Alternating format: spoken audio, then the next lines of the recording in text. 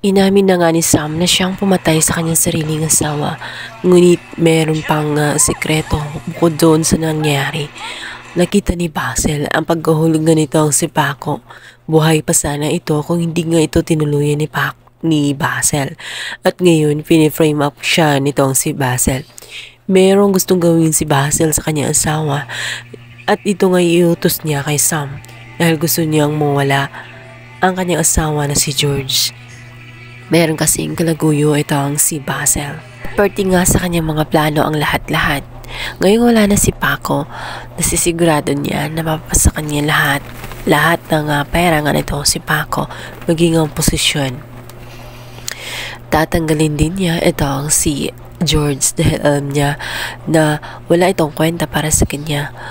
At kapag nangyari yun, dadalhin niya sa loob ng palasyo ang kanyang kalaguyo. Ngayon, usap-usapan kung sino ba at ano ba ang kanyang kalaguyo, babae ba o lalaki. Dahil sa kanyang kinikilos ay mukha siyang tunay na lalaki. Isang maitim na sekreto ang tinatago-tago ni Basil.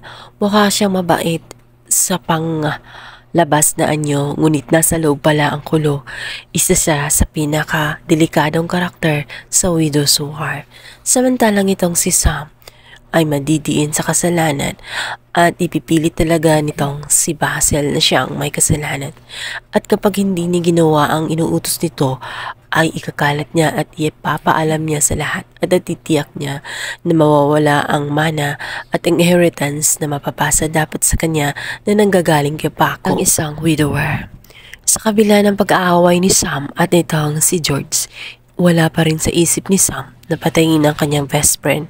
Mahal pa rin niya ito. Kung hindi lang nagkagulo ang kanilang pamilya, di sana hanggang ngayon ay best friend pa rin niya ito. Kaya naman para makaiwas nga itong si George, babalaan niya ito. Sa pamamagitan ng sulat ay ipaaabot niya ang lihim na ugali nga ng kanyang asawa at ito'y nakasulat nga na mag-ingat ka sa iyong asawa dahil gusto ka nitong mawala. Kaya naman dito nagsimula na magtaka itong si George. Mamanmanan niya ang kanyang asawa hanggang sa matuklasan niya na mayroon nga itong kausap sa iba at lambing na lambing.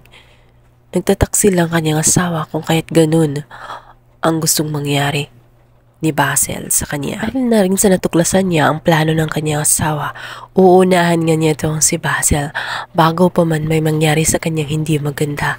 Lalasunin na nga niya ang kanyang sariling asawa at nang tuluyan ng mawala sa kanyang landas. At nang makasigurado din siya sa mana at ari-arian na mapupunta kay Basil ay mapapasa sa kanya kapag siya na nga ay naging kabilang banda. Ito namang si Sam ay kinakonsensya pa rin. Gusto na nga sana niya na umalis na lamang sa palasyo. Gusto niya makaiwas na lang sa gulo, lalo't ito nga si Basil ay alam ang lahat at naiipit nga siya sa sitwasyon. Ngunit ginigiit ng kanyang ina at kapatid, lalong-lalo na itong si Galvan na hindi siya pwedeng umalis dahil ang lahat ng meron kay Paco ay mapupunta sa kanya. Ngayon siya na nga ang Widow's. May karapatan siya sa lahat at makukuha niya yun kapag manatili siya sa loob ng palasyo.